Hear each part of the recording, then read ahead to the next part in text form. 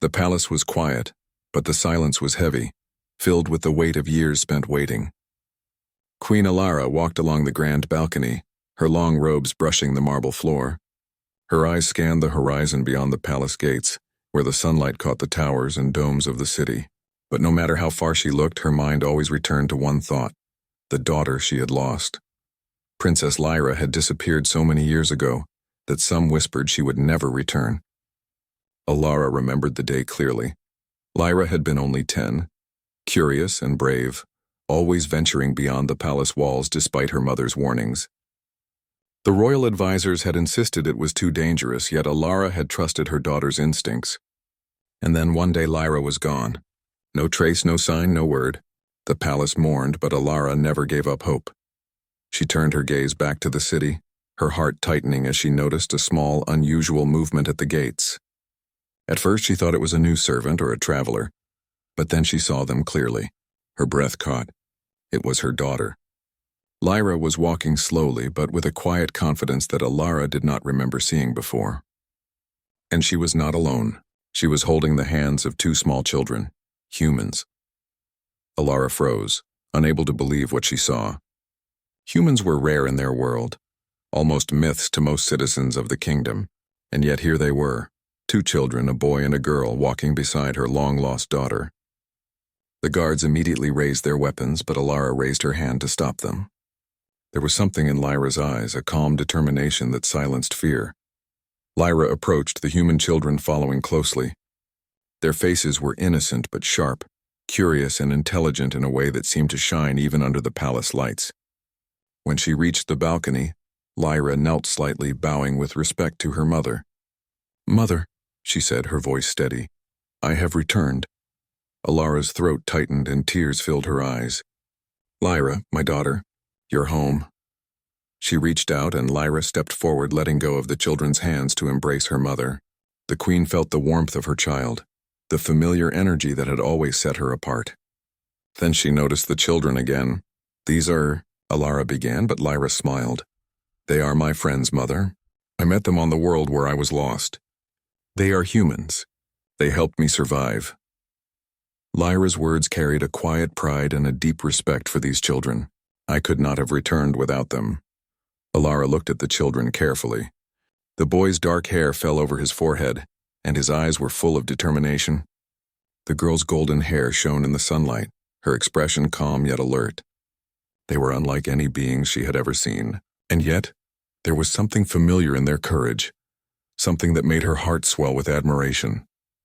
"They will be safe here," Lyra said, sensing her mother's unspoken question. "They are not ordinary children. Humans are special. They think, adapt, and act in ways that surprise even the strongest warriors." The palace guards were tense. Human beings had never been trusted fully in the kingdom, and some advisors whispered that they could be dangerous, unpredictable. But Alara sensed something extraordinary about these children. She stepped forward, placing herself between the guards and the newcomers. "They are with my daughter," she said firmly. "That is enough for me." Lyra's return was not only a reunion but a revelation.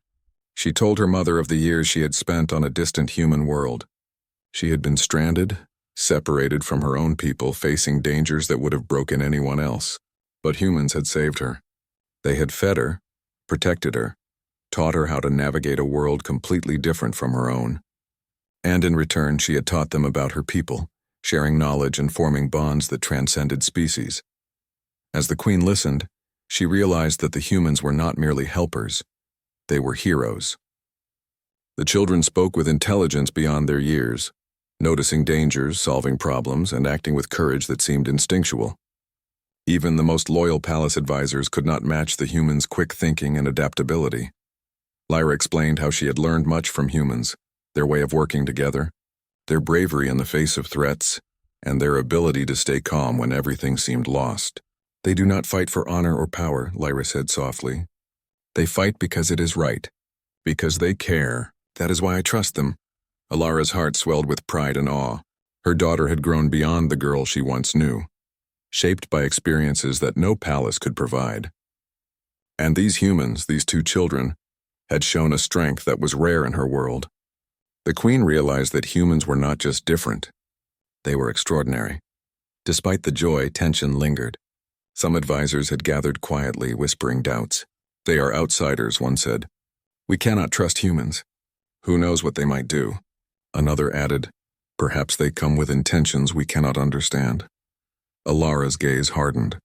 She had lost her daughter once, and she would not allow fear or prejudice to stand in the way of their reunion. You will treat them with respect, she said sharply. They are my daughter's friends, and they have earned their place here. The room fell silent, the authority in her voice leaving no room for argument. That night, the palace seemed alive in a way it had not been for years. Lyra spoke of her time among humans, telling stories of their cleverness, their humor, and their courage. She described how the children had led her through dangerous terrain, finding safe paths where she had seen none.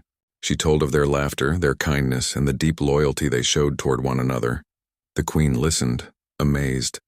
The humans' qualities were striking, a mixture of courage and empathy that felt almost magical. Even the palace staff, initially wary, found themselves charmed by the children's intelligence and honesty. They were not just survivors, they were problem solvers, peacemakers, and unlikely heroes. As the evening progressed, Lyra revealed a truth that sent a shiver through the queen. Mother, our return is not just personal. We come with a warning. Something is approaching, something dangerous. My time among humans taught me that there are threats even beyond our understanding. This one, it is coming for us, for the kingdom. The queen's heart sank. She had feared this moment for years. The possibility that the universe held dangers too great for even their advanced defenses. Yet when she looked at Lyra and the two human children, she felt a flicker of hope. Humans were different. They could see, adapt, and act in ways her own people could not. Perhaps, just perhaps, they were the key to facing this new threat. Lyra placed a hand on each child's shoulder. They will help us, Mother. Humans are brave in ways we cannot always predict, and they care for each other and for me. That makes them strong. The queen nodded, absorbing the weight of her daughter's words. She realized that the kingdom was on the brink of a new era, one in which humans could play a vital role, but she also knew that fear and suspicion would be hard to overcome. Some advisors would resist, some citizens would doubt. Yet the queen could not ignore the truth she saw before her. Humans were extraordinary, capable of changing the course of events in ways the kingdom had never imagined. That night, the queen stood again on the balcony, watching the stars twinkle in the distant sky. She thought of her daughter's journey, the courage it had taken to survive alone, and the humans who had become her daughter's companions. She realized that this reunion was only the beginning. The world and the universe was about to change, and humans would be at the heart of that change. As the palace slept, Lyra and the human children quietly explored their new home. They marveled at the alien technology, the towering architecture, and the endless corridors filled with wonders. The humans were quick to adapt, curious and fearless, touching things carefully, asking questions, and observing everything with sharp eyes. Alara watched them from a distance, smiling. She knew that the next days would be challenging. The kingdom would need to accept these outsiders. The humans would need to prove themselves in ways that were difficult, and the coming threat would test them all. But for the first time in many years, Alara felt hope. Her daughter was back, safe and grown beyond imagination. And humans had returned with her, bringing courage, cleverness, and a spark of something the kingdom had long forgotten, the power of unexpected heroes. As dawn broke over the palace, Alara whispered to herself, "The universe is larger than we thought, and humans might just save us all." And in that moment, the first seeds of a partnership that could change the fate of her world were planted, as the queen, her daughter, and two human children prepared to face the unknown together. The warning had come true. From the edge of the galaxy, a fleet of shadowed ships appeared, dark and massive, moving with precision and purpose. Their engines hummed through space, a sound that filled the palace sensors with dread. Queen Alara stood in the grand command hall, her gaze fixed on the holographic display of the approaching threat. Beside her, Princess Lyra held the hands of the human children, their eyes wide but steady. The alien advisors whispered nervously, arguing over strategies and defense plans. But Alara turned to them sharply.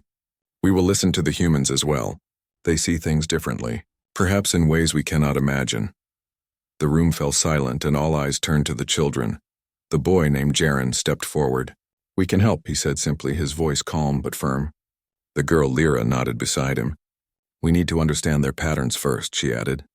"Then we can find the weak points." The advisors murmured among themselves. Some dismissed the children, but the Queen's gaze left no room for argument.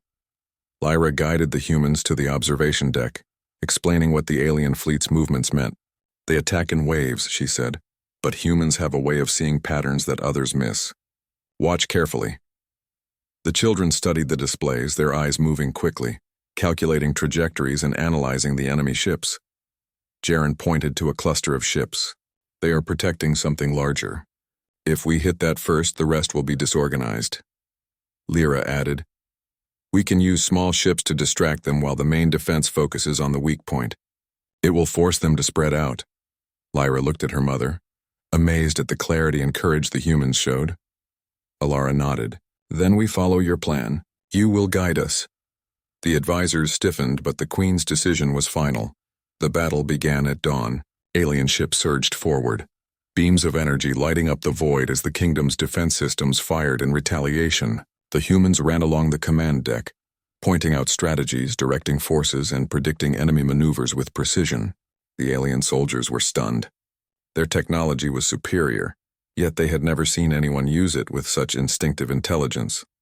Small squadrons followed the humans' guidance, striking where Jaren and Lyra had indicated. The enemy faltered, their coordination disrupted.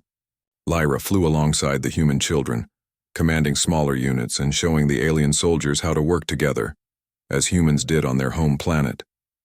The soldiers had never experienced teamwork like this, and it made a difference immediately. In the middle of the fight, a massive enemy cruiser broke through the outer defenses, targeting the palace itself. Alara's heart raced, but Lyra and the humans did not panic. Jaren shouted, "We can stop it!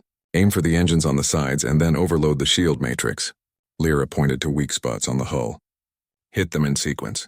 Timing is everything." The alien commanders hesitated, unwilling to follow children's instructions. Lyra's voice rang out, firm and commanding. "Do it now. Trust them." For the first time, the soldiers acted purely on the human strategy. They targeted the engines and weak points as instructed. The enemy cruiser shuddered and exploded in a brilliant cascade of light. Cheers erupted across the command hall, but there was no time to celebrate. More ships approached. The humans moved quickly, issuing instructions, improvising tactics, and keeping the alien forces coordinated.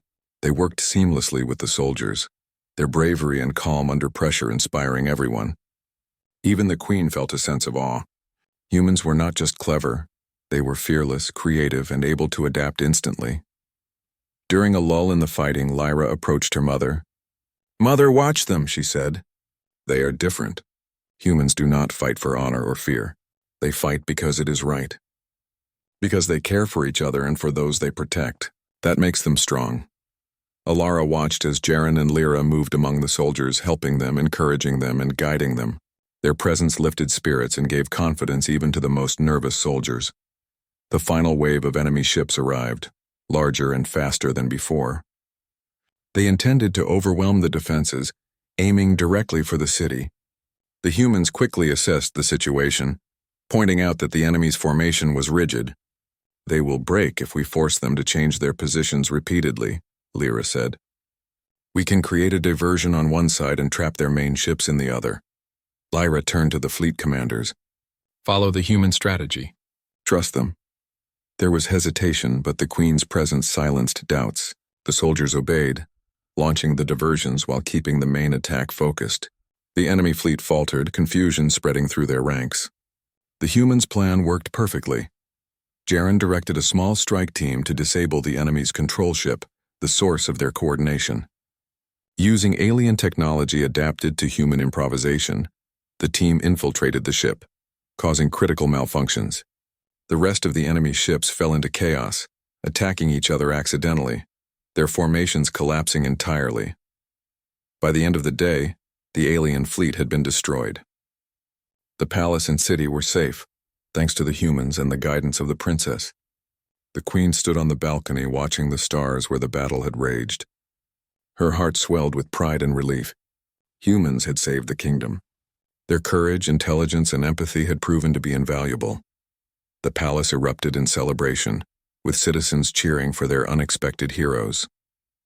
Lyra held her mother's hand while Jaren and Lyra stood beside them, humble yet radiant. Alara addressed the court and citizens, praising the humans for their bravery. "They are not just outsiders," she said. "They are heroes, and they have shown us a strength and wisdom beyond anything we have known." Some advisors still murmured doubts, but the Queen's words silenced them. The humans had proven themselves in the harshest of tests. They had saved lives, protected the city, and inspired everyone around them. Even the most skeptical citizens were filled with admiration.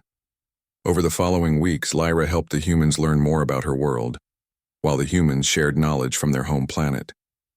They trained with the soldiers, combining human adaptability with alien technology. The palace became a place of collaboration, discovery, and understanding.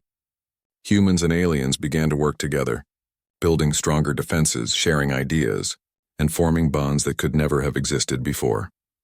Alara watched the humans interact with her daughter, seeing how naturally they connected, how courage, loyalty, and empathy transcended species. She realized that humans were a gift to the kingdom, a reminder that strength did not always come from power or weapons, but from intelligence, kindness, and the courage to act when it was needed most.